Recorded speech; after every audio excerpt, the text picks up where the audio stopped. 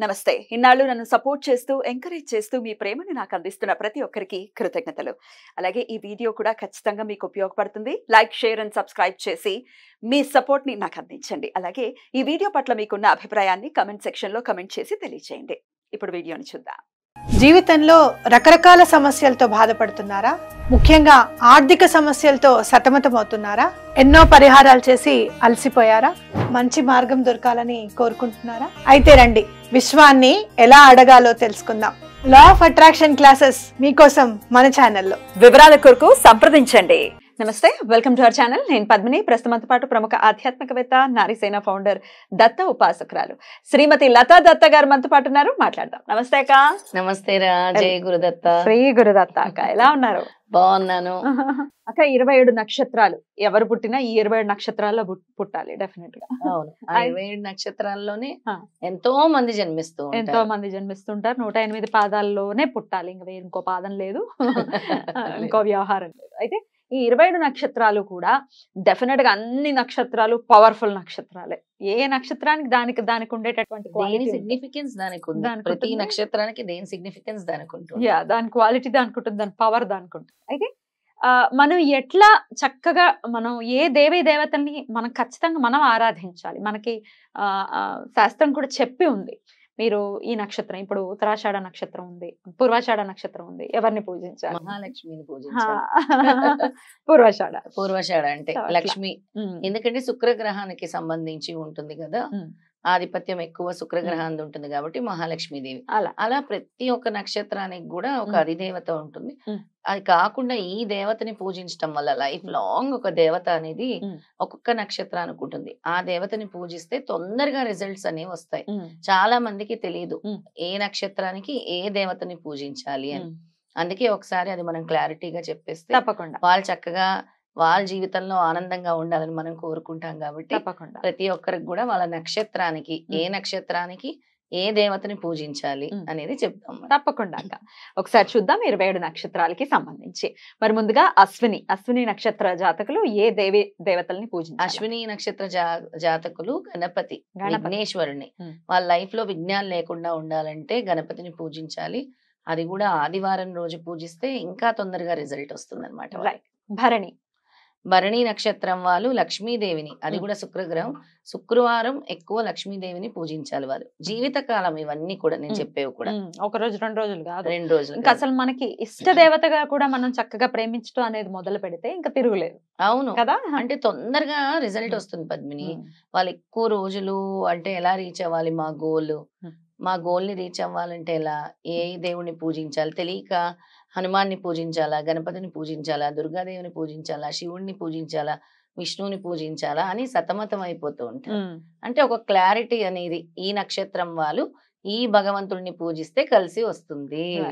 అంటే అలా అని మిగతా దేవతలను వదలమని కాదు, వాళ్ళ నక్షత్రానికి చక్కగా ఫెచ్చింగ్ అయ్యేది, ముందుకు తీసుకువెళ్ళగలిగి ఆరాధన అనమాట ఇది. ఇక కృతికా నక్షత్రం వాళ్ళకి ఈశ్వరుని పూజించాలి. వాళ్ళు ఎక్కువ సోమవారాలు ఈశ్వరుని పూజిస్తే చాలా మంచి ఫలితాలు వస్తాయి. రోహిణి నక్షత్రం వాళ్ళు దుర్గాదేవిని పూజించాలి, దుర్గా అమ్మవారిని పూజించాలి. మంగళవారాలు ఎక్కువ నియమం పాటించి దుర్గాదేవి స్తోత్రాలు అవి చదువుకుంటే చాలా బాగుంటుంది. మృగశిర నక్షత్రం వాళ్ళకి కుజగ్రహం అనేది దేవతగా ఉంటుంది కాబట్టి సుబ్రహ్మణ్య స్వామిని పూజించాలి. సుబ్రహ్మణ్య స్వామి అంటే కూడా మంగళవారమే కదా, మంగళవారాలు సుబ్రహ్మణ్య స్వామిని ఆరాధించాలి. ఆరుద్ర వాళ్ళు విష్ణుమూర్తిని ఆరాధించాలి. ఈశ్వరుడిది అంటారు నక్షత్రం, కానీ వాళ్ళు విష్ణుమూర్తిని ఆరాధిస్తే చక్కటి ఫలితాలు వస్తాయి. శివకేశవులు ఇద్దరు ఒకటే కదా.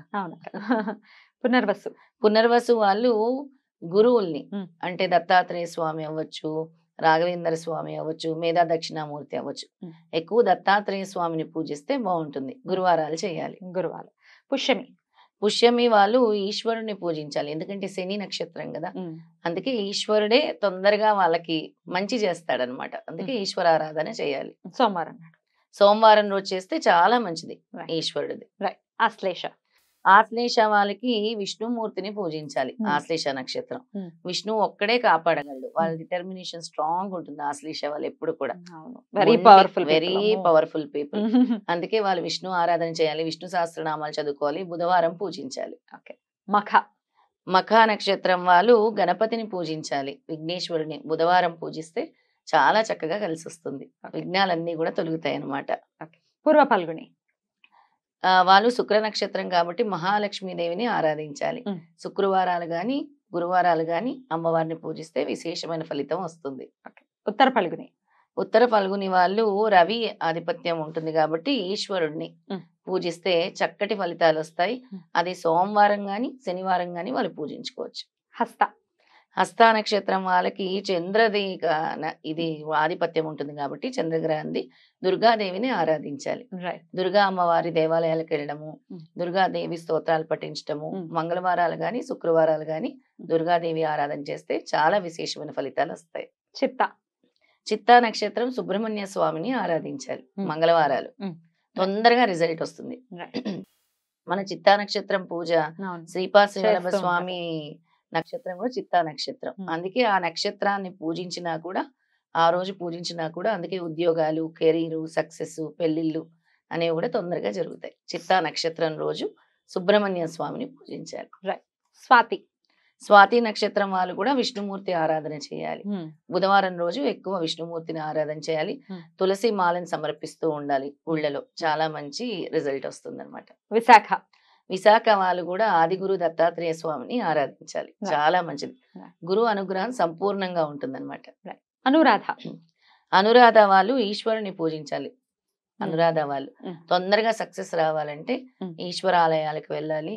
ఈశ్వరుడికి ఏం సమర్పించినా కూడా తొందరగా రిజల్ట్ వస్తుంది. జ్యేష్ఠ వాళ్ళు విష్ణుమూర్తి ఆరాధన చేయాలి. అది బుధవారాలు అవ్వచ్చు, ఆదివారాలు అవ్వచ్చు. ఈ 2 రోజులు కూడా విష్ణుమూర్తి ఆరాధన చేసుకోవచ్చు.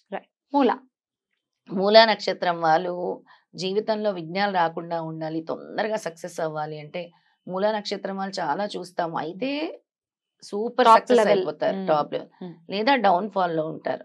వాళ్ళు గణపతిని ఆరాధించాలి నిత్యం. ప్రతిరోజు గణపతి స్తోత్రం చదువుకోవాలి, ప్రతిరోజు గణపతి ఆరాధన చేయాలి, తొందరగా సక్సెస్ వస్తుంది. పూర్వాషాఢ ఇందాక చెప్పాను కదా, నా నక్షత్రం. మహాలక్ష్మి ఆరాధన చేయాలి. మహాలక్ష్మి దేవిని ఎంత పూజిస్తే అంత సక్సెస్, అంత అష్టైశ్వర్యాలు వస్తాయి. ఉత్తరాషాఢ వాళ్ళు ఈశ్వర ఆరాధన చేయాలి. వాళ్ళు చాలా అగ్రెసివ్ గా ఉంటారు. వాళ్ళు కూడా ఉత్తరాషాఢ వాళ్ళు కూడా వాళ్ళకి తొందరగా సక్సెస్ గానీ కెరీర్ లో గ్రోత్ గానీ రావాలంటే ఈశ్వరునే పట్టుకోవాలి, ఈశ్వర స్తోత్రాలు చదువుకోవాలి, శివ పంచాక్షరి చదువుకోవాలి. శ్రవణ నక్షత్రం వాళ్ళు లలితాదేవి, లలితా అమ్మవారు పూజ చేయాలి. లలితా సహస్రనామంలోని స్తోత్రాలు చదువుకుంటూ ఉండాలి, లలితాదేవి ఆరాధన చేయాలి. ధనిష్ట వాళ్ళు కూడా సుబ్రహ్మణ్య స్వామిని పూజించాలి. తొందరగా అంటే గ్రోత్ తొందరగా ఉంటుంది ధనిష్ట వాళ్ళకి. శతభిష వాళ్ళు విష్ణుమూర్తిని ఆరాధించాలి. శతభిష వాళ్ళకి కూడా ఒక క్లారిటీ ఉండదు, గొడవలు పడుతూ ఉంటారు. అవన్నీ తగ్గాలి అంటే విష్ణుమూర్తి ఆరాధన లైఫ్ లాంగ్ చేయాలి. అప్పుడు ఒక ఫోకస్ అనేది ఉంటుంది, ఒక గోల్ ని కూడా రీచ్ అవ్వచ్చు. పూర్వభాద్ర వాళ్ళు కూడా దత్తాత్రేయ స్వామిని ఆరాధించాలి. అప్పుడు విశేషమైన ఫలితం వస్తుంది, అన్నిట్లో విజయం సాధిస్తారు. ఉత్తరాభాద్ర వాళ్ళు ఈశ్వరుడికి మించిన శక్తి లేదు కదా, ఈశ్వర ఆరాధన చేయాలి, లింగాష్టకం చదువుకోవాలి, అలాగే బిల్వాష్టకం కూడా వాళ్ళు చదువుకోవాలి. అండ్ ఫైనలీ రేవతి నక్షత్రం వాళ్ళు తిరుగు లేకుండా ఉండాలి జీవితంలో అంటే విష్ణు ఆలయాలకు వెళ్ళాలి, విష్ణు దర్శనాలు చేసుకోవాలి, విష్ణు స్తోత్రాలు పఠించాలి, విష్ణు సహస్రనామాలు చదువుకోవాలి. 27 నక్షత్రాలు కూడా ఎవరెవరు కూడా వాళ్ళ కులదేవతని స్మరించుకొని ముందుగా కులదేవతని స్మరించుకున్న తర్వాతే వాళ్ళ అధిదేవతల్ని పూజించుకోవాలి. చాలా అద్భుతంగా వివరించారు. కృతజ్ఞతలక్క. నమస్తే. నమస్తే.